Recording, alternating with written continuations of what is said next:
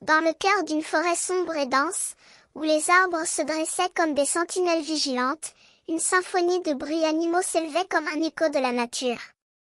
Les créatures du bois se réveillaient, secouant leur torpeur d'hiver, pour émettre leurs chants d'appel, leurs cris de joie et leurs murmures de curiosité. Tout d'abord, un bourdonnement feutré résonnait dans les airs, la voix d'une abeille qui s'échappait de son rêve de miel pour aller chercher une nouvelle source de nourriture. Puis, un miaulement aigu et perçant fendit l'air, un châtiment aux yeux brillants qui se promenait dans les branches, à la recherche de sa proie favorite, un petit lapin tremblant. Un peu plus loin, un coq aux plumes éclatantes se dressait sur une souche, son bec ouvert dans un cri de triomphe, comme s'il venait de vaincre la mort elle-même. Ses ailes battaient lourdement, produisant un bruit de cocorico qui résonnait dans les bois, attirant les autres animaux.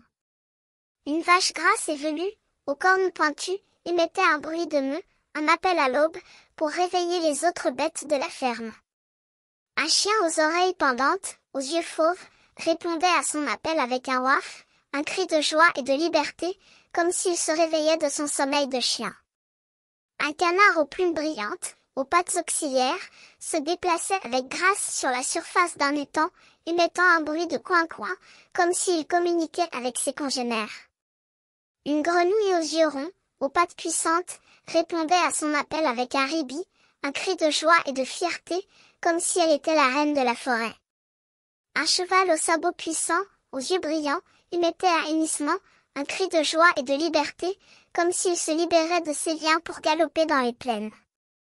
Un lion au coussin de poils, aux yeux dorés, répondait à son appel avec un rugissement, un cri de puissance et de domination, comme s'il était le roi de la forêt.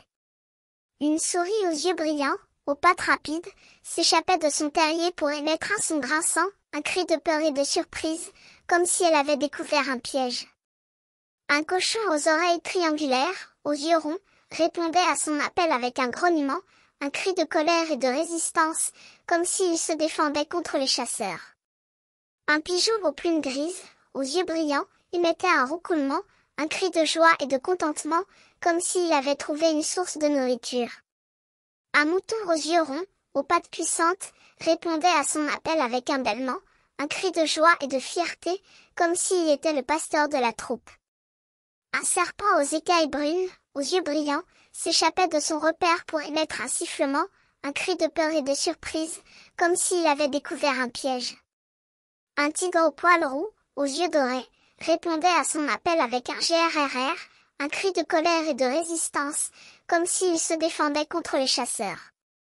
Et ainsi, la symphonie des bruits animaux se poursuivait, un écho de la nature qui résonnait dans les bois, un appel à la vie, à la liberté et à la joie.